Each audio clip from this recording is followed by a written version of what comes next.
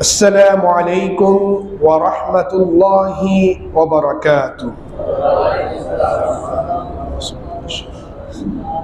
الحمد لله الحمد لله وكفى وسلام على عباده الذين اصطفى أما بعد فأعوذ بالله من الشيطان الرجيم. بسم الله الرحمن الرحيم. أينما تكونوا يدرككم الموت ولو كنتم في بروج مشيدة. وقال النبي صلى الله عليه وسلم أكثروا ذكر هذه اللذات يعني الموت. رواه الترمذي أو كما قال عليه الصلاة والسلام.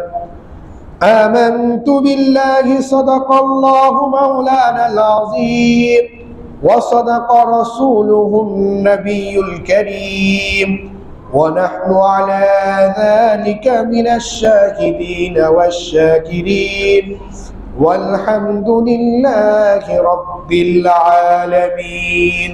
وقال الله تعالى في شان حبيبه إن الله وملائكته يصلون على النبي يا أيها الذين آمنوا صلوا عليه وسلموا تسليما. اللهم صل على محمد وعلى آل محمد كما صليت على إبراهيم وعلى آل إبراهيم إنك حميد مجيد.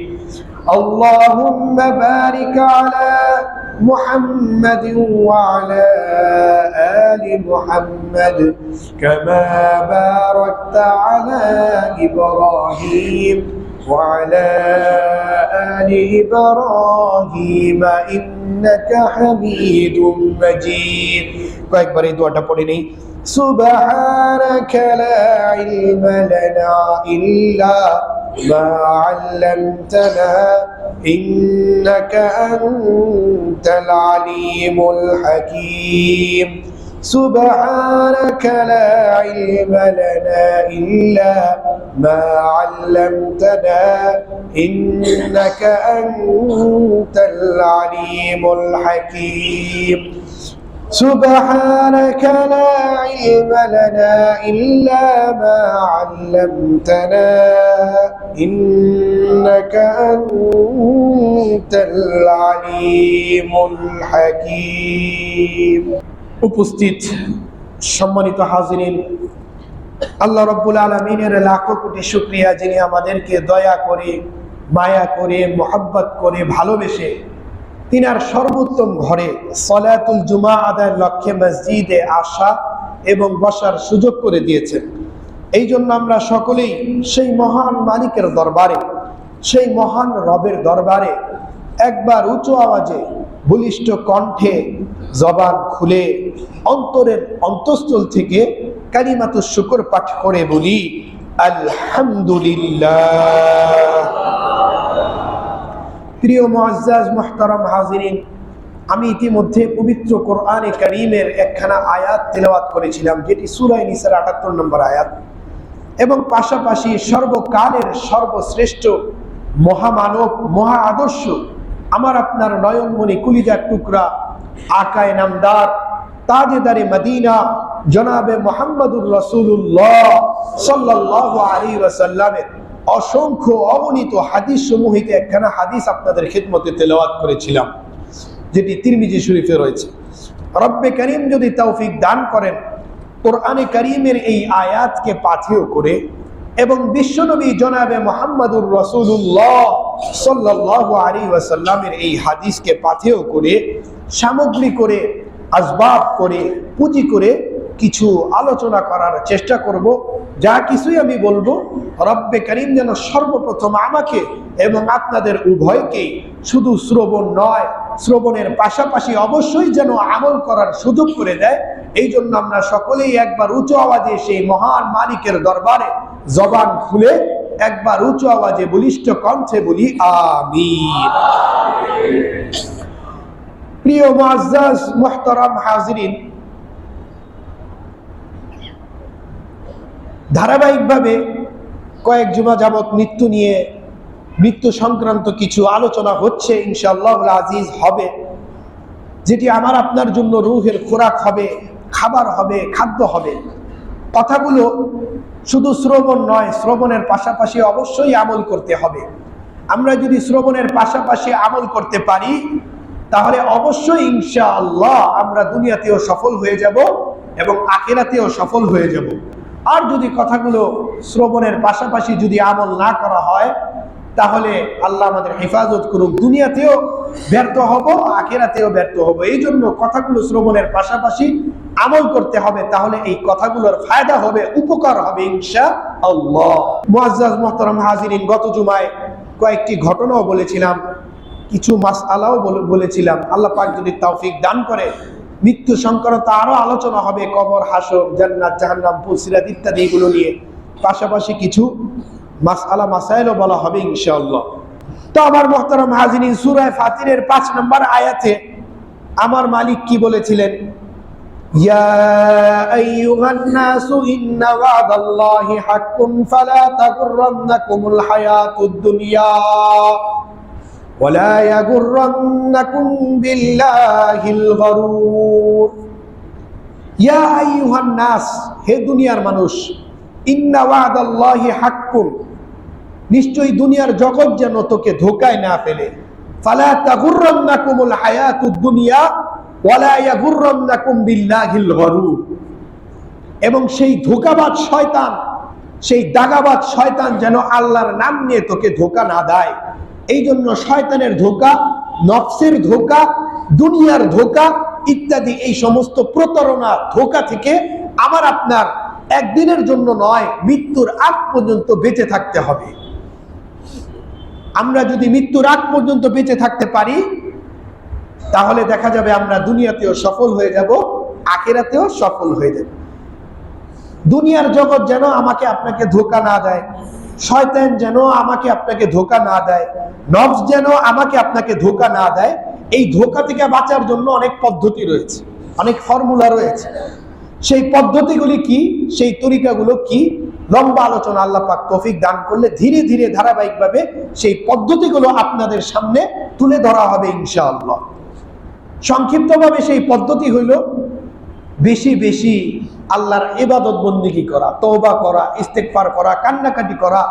ফরজ ওয়াজিব ইবাদত তো রয়েছে, এর পাশাপাশি নফল ইবাদত বৃদ্ধি করতে থাকা, বাড়ানো। শেষ রাতে কান্নাকাটি করা, তওবা করে ঘুমানো, তওবার আগে না ঘুমানো, এগুলো নিয়ম রয়েছে। আল্লাহ ওয়ালাদের সোহবাতে থাকা, বেশি বেশি আল্লাহ ওয়ালাদের দরবারে যাওয়া, হক্কানি উলামায়ে কেরামদের সোহবাতে থাকা, হক্কানি উলামায়ে কেরামদের থেকে জেনে জেনে আমল করা, তাহলে দেখা যাবে আমলগুলো সুন্দর হয়ে যাবে। সেই আমলগুলো ইখলাসের সাথে হবে, টাটকা হবে। তো আমার মুহতারাম হাজিরিন, এটি লম্বা আলোচনা, আল্লাহ পাক যদি তৌফিক দান করে সামনের জুমায় কিছু আলোচনা করব। কবলাল মাউত, মৃত্যুর পূর্বেও বেশ অন্ধকার রয়েছে এবং মৃত্যুর পরেও ঘোর অন্ধকার রয়েছে। মৃত্যুর পূর্বে যেই অন্ধকার রয়েছে সেই অন্ধকারটা কেন হয়?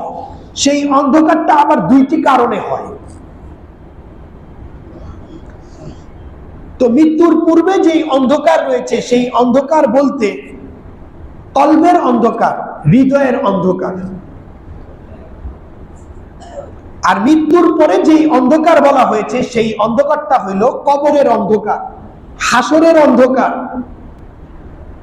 সেই কবরের অন্ধকারকে, সেই হাসরের অন্ধকারকে কিভাবে আলোকিত করতে হবে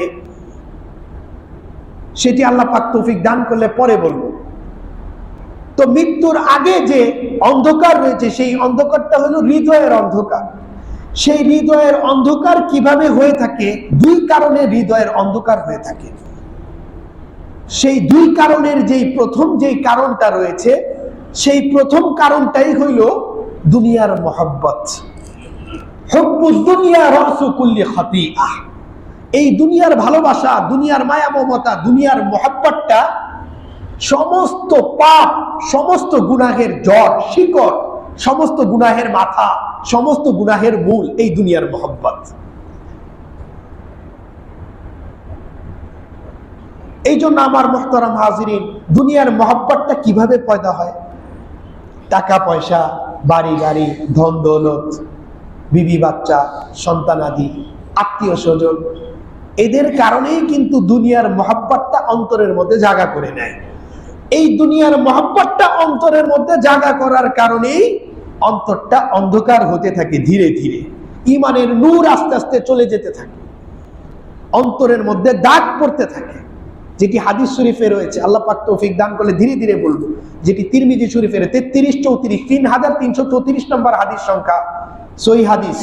আল্লাহ পাক তৌফিক দান করলে পরে বলবো। এটি হলো প্রথম কারণ অন্ধকার হওয়ার। দ্বিতীয় যে কারণ রয়েছে অন্তরটা অন্ধকার হয়, অন্তরটা দাগী হয়ে যায়, কালো দাগ পড়ে অন্তরের মধ্যে, এটার দ্বিতীয় কারণ গুনাহের কারণে। বান্দা যখন গুনাহ করতে থাকে তার অন্তরের মধ্যে কালো দাগ পড়তে থাকে। এক সময় দাগ পড়তে পড়তে তার অন্তরটা ঘোর অন্ধকার হয়ে যায়, অন্তরের জগৎটা পাল্টে যায়, অন্ধকার হয়ে যায়, দাগী হয়ে যায়, সেই অন্তর কালো দাগ হয়ে যায়। তখন সে আর ভালো মন্দ বুঝে না, কে আপন কে পর সে বুঝে না, অন্ধকার আলো কিছুই সে বুঝে না। নেক কোনটা নেক কাজ, কোনটা পাপ কাজ, সবকিছু সে একাকার করে ফেলে। আপনকে পর মনে করে, পরকে আপন মনে করে, এমন অবস্থা হয়ে যায়। কেননা তার অন্তরটা জং খেয়ে গিয়েছে, মরিচা হয়ে গিয়েছে, তার অন্তরের হৃদয়ের মধ্যে মরিচা লেগে গিয়েছে, যেটি সূরা মুতাফফিফিনের গালিবান 14 নম্বর আয়াত। এই আয়াতের তাফসিরের মধ্যে হাদিস আনা হয়েছে, বিভিন্ন তাফসিরের কিতাবের মধ্যে রয়েছে, যেটি তিরমিজি শরীফে। কাল্লা বাল রানা আলা কুলুবিহিম মা কানু ইয়াকসিবুন। তাদের অন্তরে মরিচা কেন হয়? তারা যে অপকর্ম করে, তারা যে গুনাহ করে, এই গুনাহের কামাইয়ের কারণেই তাদের অন্তরে ঝং ধরে যায়, মরিচা হয়ে যায়, দাগী হয়ে যায়, অন্ধকার হয়ে যায়।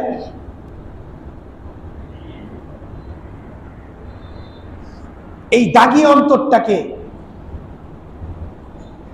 এই অন্ধকার অন্তরটাকে কিভাবে পরিষ্কার করতে হবে, কিভাবে ধৌত করতে হবে, এটার উপায়টা, এটার মেডিসিন, এটার প্রতিষেধকও আমার রাসূল সাল্লাল্লাহু আলাইহি ওয়াসাল্লাম বলে দিয়েছে। সুবহানাল্লাহ। নুকিতাত ফি কলবিহি নুকতাতুন সাওদা ফাইদা হুয়া নাযা ওয়াস্তাগফারা ওয়া তাবা সুকিলা কলবুহু। সুবহানাল্লাহ। বান্দা যখন গুনাহ করে, নুকিতাত ফি কলবিহি নুকতাতুন সাওদা, তার অন্তরের মধ্যে একটা দাগ পড়ে, কালিমা পড়ে। সেই দাগটা দূর করার মাধ্যম কি, মেডিসিন কি, আমার রাসূল সাল্লাল্লাহু আলাইহি ওয়াসাল্লাম বলে দিয়েছেন। ফাইদা হুয়া নাযা ওয়াস্তাগফারা ওয়া তাবা সুকিলা কলবুহু। তখন সেই যদি তওবা করে, তওবা নামক প্রতিষেধক যদি সে কাজে লাগায়, ফাইদা হুয়া নাযা ওয়াস্তাগফারা ওয়া তাবা, এবং ইস্তিগফার পাঠ করে, আস্তাগফিরুল্লাহ রাব্বি মিন কুল্লি যামবি ওয়া আতুবু ইলাইহি, এই ইস্তিগফার পাঠ করে, ইস্তিগফারের দোয়া এটা,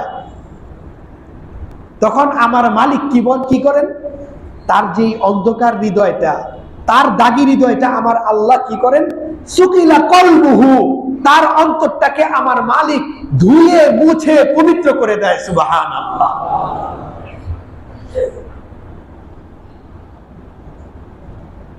যেটি ইবনে মাজাহ শরীফের মধ্যেও আরেকটা হাদিস রয়েছে, যেটি আল্লাহর রাসূল সাল্লাল্লাহু আলাইহি ওয়াসাল্লাম কি বলেছেন। সহিহ হাদিস ইবনে মাজাহ শরীফে রয়েছে 4250 4250 হাদিস সংখ্যা। আমার রাসূল সাল্লাল্লাহু আলাইহি ওয়াসাল্লাম বলেন, আত-তাইবু মিনাজ যামবি কামান লা যামবা লাহ, আত-তাইবু মিনাজ যামবি কামান লা যামবা লাহ। যে ব্যক্তি তওবা করে খালেস নিয়তে, একমাত্র আল্লাহকে খুশি করার জন্য, অন্তরের মধ্যে ভেজাল না, লোক দেখানো, লোক আমাকে তওবাকারী বলবে, এই ধরনের নিয়ত না, আল্লাহকে খুশি করার জন্য যে ব্যক্তি তওবা করে খালেস নিয়তে এবং গুনাহ থেকে মাফ চায়, এই গুনাহ ভবিষ্যতে আর আল্লাহ আমার পক্ষ থেকে হবে না, যিনি অঙ্গীকার করে, তখন আমার আল্লাহ কি বলেন, আত-তাইবু মিনাজ যামবি কামান লা যামবা লাহ। আল্লাহ তাআলা তাকে এমন ভাবে পবিত্র করে দেয়, এমন ভাবে নিষ্পাপ করে দেয় যেন সে কোনো গুনাহই করে নাই। সুবহানাল্লাহ। এবং এর পরের হাদিস সংখ্যায় 4251 নম্বর হাদিস সংখ্যার মধ্যেই আমার রাসূল সাল্লাল্লাহু আলাইহি ওয়াসাল্লাম বলেন, এই হাদিসের পরের হাদিসে আমার রাসূল সাল্লাল্লাহু আলাইহি ওয়াসাল্লাম কত সুন্দর বলেছেন তওবা নিয়ে। কুল্লু বানি আদম খাত্তাউন ওয়া খায়রুল খাত্তাইন আত-তাওয়াবুন। কুল্লু বানি আদম খাত্তাউন, আদম সন্তানের ভুল হয়ে থাকে, গুনাহ হয়ে থাকে। এই গুনাহটা হওয়া, গুনাহ থেকে তো সদা সর্বদা আমার আপনার বেঁচে থাকতে হবে, কিন্তু গুনাহ হয়ে যাওয়া এটা অস্বাভাবিক কিছু নয়। গুনাহ হয়ে যাওয়া এটা অস্বাভাবিক কিছু না, এটা একটা তবিয়তগত বিষয় বান্দার সাথে। এই ভুল হওয়াটাই স্বাভাবিক, কিন্তু এর থেকে বিরত থাকতে হবে। তবে ভুল হয়ে গেলে তওবা না করা, আল্লাহর কাছে কান্নাকাটি না করা, ইস্তিগফার না করা, এটা স্বাভাবিক না, এটা অস্বাভাবিক বিষয়। ভুল হয়ে গেলেই সাথে সাথে আল্লাহর কাছে তওবা করা, আল্লাহর কাছে কান্নাকাটি করা, আল্লাহর কাছে ইস্তিগফার করা, তাহলে দেখা যাবে আল্লাহ রাব্বুল আলামিন সমস্ত গুনাহগুলোকে ধুয়ে মুছে পবিত্র করে দিবে। সুবহানাল্লাহ। তওবাকারীকে আমার আল্লাহ অনেক ভালোবাসে। ওয়া খায়রুল খাত্তাইন আত-তাওয়াবুন। আমার মালিক বলেন, প্রত্যেক আদম সন্তানের তো ভুল হয়ে থাকে, গুনাহ হয়ে থাকে। এই গুনাহগারদের মধ্য হইতে, এই ভুলকারীদের মধ্য হইতে সর্বোত্তম ভুলকারী কে? যে তওবা করে থাকে। সুবহানাল্লাহ। যে আল্লাহর কাছে মাফ চেয়ে লেনদেনটাকে ঠিকঠাক করে নেয়, এই তওবাকারী এই ভুলকারীদের মধ্যে হইতে আল্লাহর কাছে সর্বোত্তম। সুবহানাল্লাহ। তো এই জন্য গুনাহ হয়ে গেলে সাথে সাথে তওবা করা, ইস্তেগফার করে নেওয়া। আলোচনাটা একটু দীর্ঘ রয়েছে, প্রায় 10 মিনিটের মতো লাগবে, লম্বা আলোচনা। আল্লাহ পাক তৌফিক দান করলে মুসলিম শরীফের হাদিস, যেটি সূরা নিসার 18 নম্বর আয়াতকে পাথেয় করে একটি ঘটনা, যেটি হাদিস, মুসলিম শরীফের হাদিস, বিভিন্ন তাফসিরের কিতাবের মধ্যে রয়েছে। সূরা নিসার 18 নম্বর আয়াত, এই 18 নম্বর আয়াতের ব্যাখ্যার মধ্যে এই হাদিসটাকে নিয়ে এনেছেন অনেক মুফাসসিরিনে কেরাম। বান্দা যখন আল্লাহর কাছে তওবা করে, আল্লাহ রাব্বুল আলামিন কেমন খুশি হন একটা ব্যক্তির দৃষ্টান্ত দিয়েছে। সুবহানাল্লাহ। লম্বা আলোচনা, আল্লাহ পাক তৌফিক দান করলে সামনের জুমায় বলবো। তো আমার মুহতারাম হাজিরিন, শরীয়তের শিক্ষা কি? শরীয়ত আমাদেরকে কি বলে? আমার আপনার তো দুনিয়াতে থাকতে হবে, এই দুনিয়া ছাড়া তো আমরা চলতে পারবো না।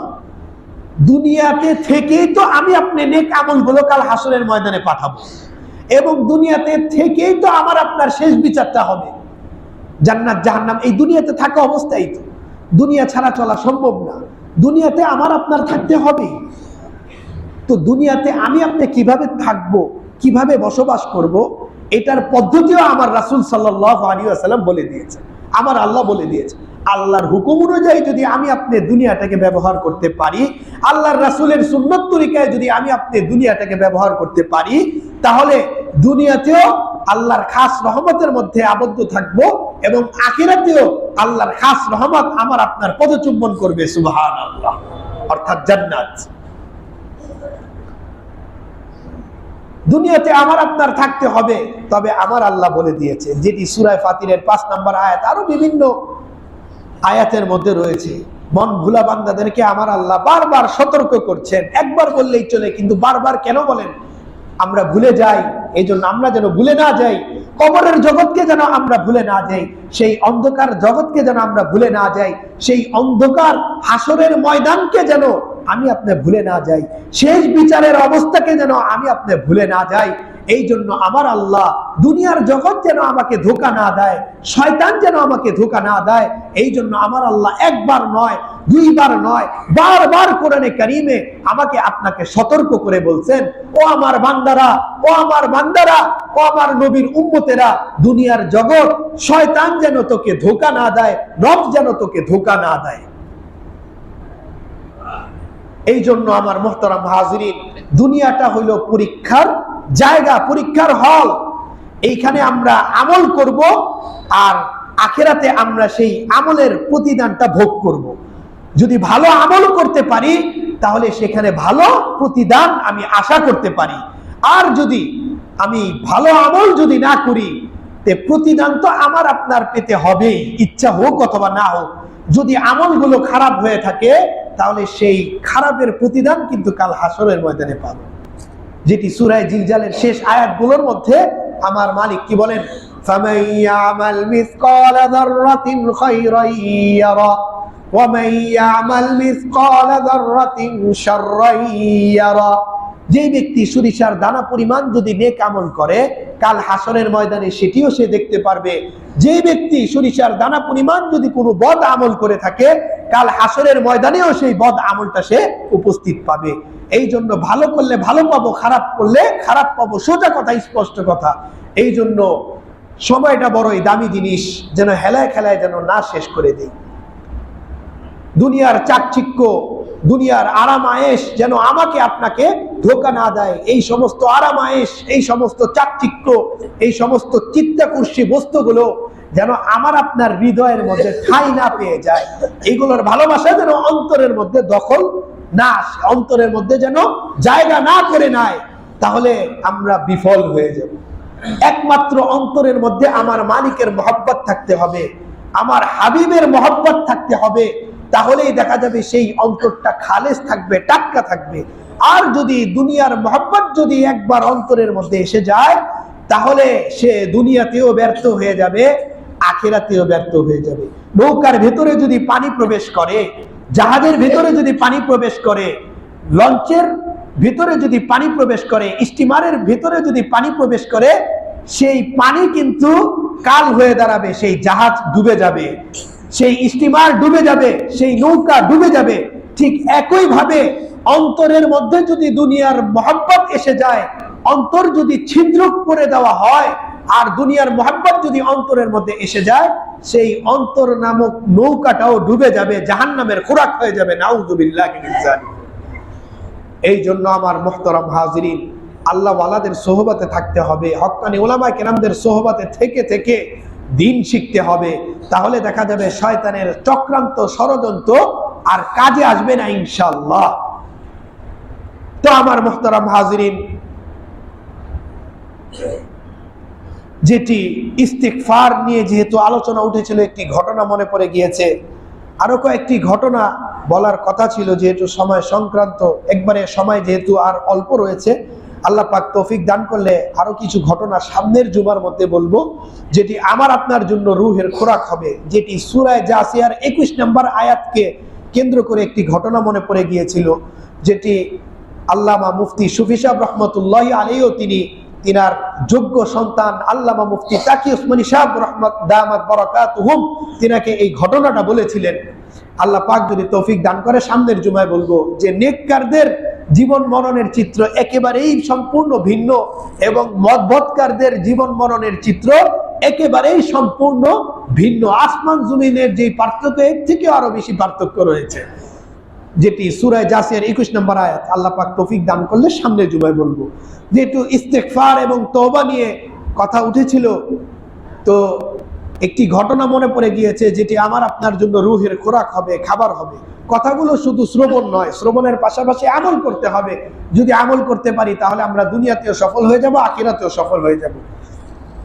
যেটি আল্লামা মুফতি তাকি উসমানী সাহেব দামাত বারাকাতুহুম তিনি একটি সফরে গিয়েছিলেন, যেটি সাউথ আফ্রিকার, দক্ষিণ আফ্রিকার কেপটাউনে। সফরটি ছিল রেল যোগে। তো পথিমধ্যে রেলটা থেমেছিল। তো আল্লামা মুফতি তাকি ওসমানী সাহেব দামাত বরকাতুহুম তিনি তিনার সাথীরা নামাজ আদায় করবেন।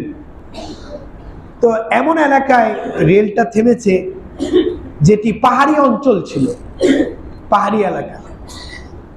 তো আল্লামা মুফতি তাকি ওসমানী সাহেব দামাত বরকাতুহুম তিনি যখন নামাজ পড়বেন, তো সেই এলাকা তো তিনি চারপাশে একটু দেখছেন, পর্যবেক্ষণ করছেন। তো দেখে পাশে সুন্দর সুন্দর গাছ রয়েছে, পাহাড়ি অঞ্চল, সুন্দর সুন্দর গাছ। এর মধ্যে হইতে একটি সুন্দর একটি বৃক্ষ চারা দেখতে পেয়েছে, কচি কচি সুন্দর পাতা, খুব সুন্দর, এত সুন্দর পাতা যেই পাতা দেখলে নিজের অজান্তেই সেই পাতা ধরার জন্য হাত অগ্রসর হবে। খুব সুন্দর, যার বর্ণনা দেওয়া সম্ভব নয়। তো খুব আশ্চর্য হলেন এবং এই সৌন্দর্যের টানে এই দুনিয়ার চাকচিক্য আরাম আয়েশ যেই সৌন্দর্য রয়েছে সেইগুলোর দ্বারাই কিন্তু আমার মালিক আমাকে আপনাকে পরীক্ষা করছে। সেই সৌন্দর্যের ধোঁকায় যেন না পড়ে যায়, সেই সৌন্দর্যের ধোঁকায় যদি পড়ে যায় সেই নাটায়ের টানে জাহান্নামের খোরাক হয়ে যাব, জাহান্নামের সুতার টানে আমি আপনি খোরাক হয়ে যাব। এই জন্য এই সৌন্দর্য যেহেতু পরীক্ষা, এই জন্য এই সৌন্দর্যের পিছনে যেন না দৌড়াই। তো এই সৌন্দর্য দেখে অবাক হলেন, নিজের অজান্তে আনন্দর সহিত সেই পাতাটা ধরার জন্য হাতটাকে অগ্রসর করলেন, হাত বাড়ালেন। সাথে সাথে আল্লামা মুফতি তাকি ওসমানী সাহেব দামাত বরকাতুহুম তিনার যে রাহবার, রাস্তা দেখানেওয়ালা, তিনি সাথে সাথে ভয়ে এবং উচ্চ সুরে বলতে লাগলেন, হযরত সাবধান, এই পাতাটা কখনো হাত দিবেন না এই পাতায়। অথচ এই পাতাটা কিন্তু দেখতে খুব সুন্দর। দুনিয়ার চাকচিক্য আরাম আয়েশ এইগুলো আমার আপনার সামনে রয়েছে, আমার আল্লাহ কিন্তু পরীক্ষা করছে যে এই আরাম আয়েশ, চাকচিক্য, খেলতামাশা দুনিয়ার এইগুলো দেখে ধোকায় না পড়বে, এই চাকচিক্য গুলোকে জবাই করে ফেলবে, কুরবান করে ফেলবে। আল্লাহ রাব্বুল আলামিন তাকে জান্নাত নামক মহা নিয়ামত তাকে কাল হাসরের ময়দানে দান করবে। সুবহানাল্লাহ। যেই নিয়ামতের কথা বর্ণনা করা সম্ভব নয়। তো আমার মুহতারাম হাজিরিন, তখন খুব দরদি মাখা কণ্ঠে বলতে লাগলেন যে হযরত, এই পাতাটাকে আপনি কখনো হাত দিবেন না, আপনি আপনার হাতকে সরিয়ে নিন।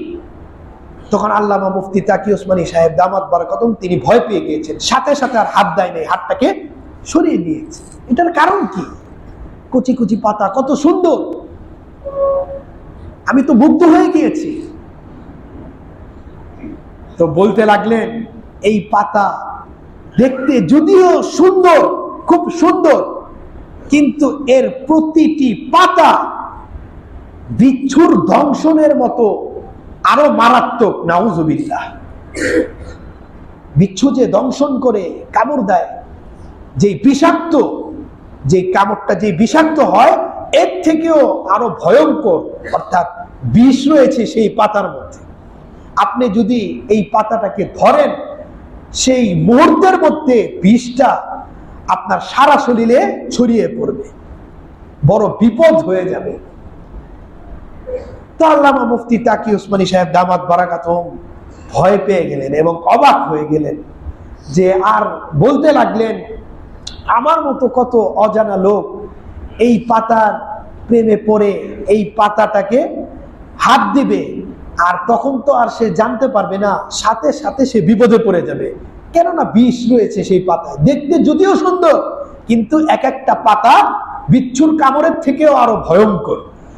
এই জন্য আমার মুহতারাম হাজরিন, দুনিয়ার চাকচিক্য যে আরাম আয়েশ রয়েছে, সেই আরাম আয়েশের পিছনে কিন্তু ভয়ঙ্কর জিনিস কাজ করছে। এই আরাম আয়েশের ধোঁকায় যদি আমি পড়ে যাই, তাহলে আমার আখিরাতটা বরবাদ হয়ে যাবে। এই জন্য আমার মুহতারাম হাজরিন, জান্নাত এবং জাহান্নাম, জাহান্নামকে আমার আল্লাহ ঢেকে দিয়েছেন চাকচিক্য আরাম আয়েশ খেলতামাশা দিয়ে। আর জান্নাতকে ঢেকে দিয়েছেন দুঃখ, কষ্ট, মুসিবত, বিভিন্ন রকমের পেরেশানি, সেগুলো দিয়ে। আল্লাহ পাক তৌফিক দান করলে জান্নাত নিয়ে যখন, জাহান্নাম নিয়ে যখন আলোচনা করা হবে, তখন হাদিস নিয়ে হাদিসের তরজমা করা হবে ইনশাআল্লাহ। এই জন্য যে দুনিয়ার চাকচিক্যর পিছনে ঘুরবে, তাহলে সে জাহান্নামের টানে, জাহান্নামের খোরাক হয়ে যাবে। এই জন্য সতর্ক থাকতে হবে, সতর্কতার সাথে পা ফেলতে হবে আমার আপনার। তো যাই হোক আমার মুহতারাম হাজিরিন, তো সেই রাহবার বলতে লাগলেন, হযরত আপনি এমনটা করবেন না। আল্লামা মুফতি তাকি উসমানী সাহেব দামাত বরকাতুহুম তিনি বলতে লাগলেন, তা আমার মতো অজানা ব্যক্তিরা এই পাতা তো আর দেখবে কত সুন্দর পাতা, হ্যাঁ, মায়া এসে যাবে অন্তরের মধ্যে, ধরবে, আর সাথে সাথে ক্ষতির সম্মুখীন হবে। তো এই কথা বলার সাথে সাথে সেই রাহাবারটা উত্তর দিতে লাগলো। সেই রাহাবার বলতে লাগলো, হযরত কুদরতের আজব কারিশমা, আজীব কারিশমা রয়েছে। এই বৃক্ষ চারাটা যে আপনি দেখছেন, এর পাশাপাশি কিংবা এর কিছু দূরে কিংবা কাছাকাছি আমার আল্লাহ, আমার মালিক এমন একটা গাছ দিয়ে দিয়েছেন, সেই গাছের পাতার মধ্যে, এই গাছের পাতার মধ্যে যে বিষ রয়েছে, এই বিষটাকে দূর করার জন্য আমার আল্লাহ তার আশেপাশেই আরেকটা গাছ দিয়ে দিয়েছে। সুবহানাল্লাহ। সেই গাছের পাতাটা যদি আবার সেখানে লাগানো হয়, তাহলে তার বিষ নিমিষেই শেষ হয়ে যাবে। তো ওই বিষের যে গাছ রয়েছে, সেই বিষের গাছের পাশাপাশি আরেকটা গাছ আমার আল্লাহ আশেপাশে দিয়ে রেখেছেন, সেটি হইল বিষ প্রতিষেধক গাছ। যখনই সেই বিষটা লাগবে, সেই বিষ প্রতিষেধক গাছের পাতা যখনই তার শরীরে লাগাবে, সাথে সাথে তার শরীর ভালো হয়ে যাবে। সুবহানাল্লাহ। আমি এই কথাটা, এই ঘটনাটা কেন বলেছি, এই ঘটনাটা বলার আমার উদ্দেশ্য, তো আল্লামা মুফতি তাকি উসমানী সাহেব দামাত বরকাতুহুম তিনি এই কথা বলেছেন, যখনই বান্দা গুনাহ করবে, গুনাহের যে বিষ রয়েছে, এই গুনাহের বিষ এর পাশাপাশি এই গুনাহের বিষের প্রতিষেধকও দিয়ে দিয়েছে আমার মালিক, সেটি হইল তাওবা, ইস্তেগফার। যখনই সে গুনাহের বিষ দেখবে, ইস্তেগফার নামক মেডিসিন যদি সাথে সাথে সে প্রয়োগ করে থাকে, তওবা নামক মেডিসিন সে সাথে সাথে যদি প্রয়োগ করে থাকে, গুনাহের বিষ সাথে সাথে তওবার ইস্তেগফারের মেডিসিনের কারণে সাথে সাথে মিনিটেই চুরমার হয়ে যাবে। সুবহানাল্লাহ। তো এই জন্য আমার মুহতারাম হাজিরিন, শয়তান নামক সূত্রকে আমার আল্লাহ এই দুনিয়াতে প্রেরণ করেছেন, হ্যাঁ, নফস নামক ধোঁকা আমাকে দিয়েছেন পরীক্ষা করার জন্য। আমার আল্লাহ এই বিষ দিয়েছেন, আর বিষের প্রতিষেধক দিবেন না, এটা আমার আল্লাহর কখনো আদালতে এটা হয় না। আল্লাহর হিকমতের কখনো, আল্লাহ সব সময় হিকমতের সাথে কাজ করে থাকেন। এটা আমার আল্লাহ সাথে সাথে ওই গুনাহের বিষের পাশাপাশি মেডিসিনও দিয়ে দিয়েছেন। সেই মেডিসিনটাই হইল ইস্তেগফার এবং তওবা। ইস্তেগফার এবং তওবা যদি করা হয়, তাহলে সাথে সাথে গুনাহের বিষটা নিমেষেই চুরমার হয়ে যায়। সে বিষ আর দৃঢ় থাকতে পারে না, সাথে সাথে ধ্বংস হয়ে যায়। সুবহানাল্লাহ। এই জন্য আমার মুহতারাম হাজিরিন, বেশি বেশি তওবা করা, ইস্তেগফার করা। সময় যেহেতু একেবারে শেষের দিকে, আল্লাহ পাক তৌফিক দান করলে বান্দা তওবার কারণে কতটা খুশি হয়, বান্দা যখন তওবা করে আল্লাহ তাআলা কতটা খুশি হয়। একটা বান্দার মিসাল দিয়েছেন, দৃষ্টান্ত দিয়েছেন, যেই বান্দা সফরে থাকা অবস্থায় তার আসবাবপত্র হারিয়ে গিয়েছে, এরকম একটা দৃষ্টান্ত দিয়েছেন, এর থেকে আরো বেশি খুশি হয়। আল্লাহ পাক তৌফিক দান করলে সামনের জুমায় সেই ঘটনাটা বলবো। তো যা কিছুই আমি বলেছি, আমার মুহতারাম হাজিরিন, রব্বে কারীম যেন সর্বপ্রথম আমাকে এবং আপনাদের উভয়কেই শুধু শ্রবণ নয়, শ্রবণের পাশাপাশি অবশ্যই যেন আমল করার সুযোগ করে দেয়। এই জন্য আমরা সকলে একবার উঁচু আওয়াজে সেই মহান মালিকের দরবারে জবান খুলে অন্তরের অন্তঃস্থল থেকে বলি আমিন, আমিন। ওয়া আখিরু দাওয়ানা আনিল হামদুলিল্লাহি রাব্বিল আলামিন।